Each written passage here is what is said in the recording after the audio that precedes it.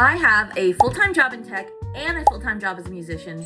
Here's how I fit it into the same 24 hours everyone else has. Number one is I have strict time boundaries. At 5 o'clock every day, I am logged out of my daytime job and I then can get started with music. If I don't have that separation, it's basically impossible for me to get any music done because it's so easy to be like, oh, well, another hour of work or whatever it is. I also am really lucky to have a company that has these boundaries like kind of built in because we are a mental health company. So people take their work-life balance really seriously.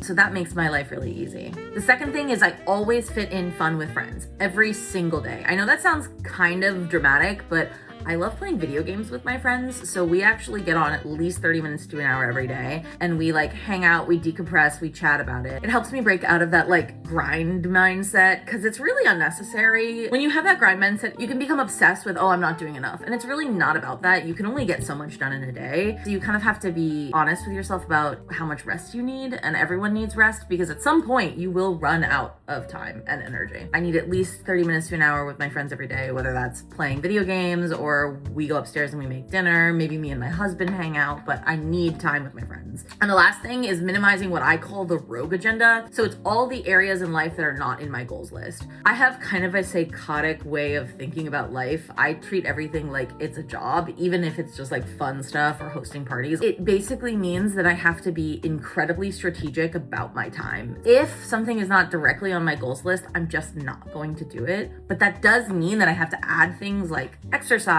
and social interactions and rest into my goals list. It helps me really stay focused because you can get really distracted, especially in like when you go on YouTube and you watch those videos of like, oh, this is the 10 habits you need to implement to be the most productive version of yourself.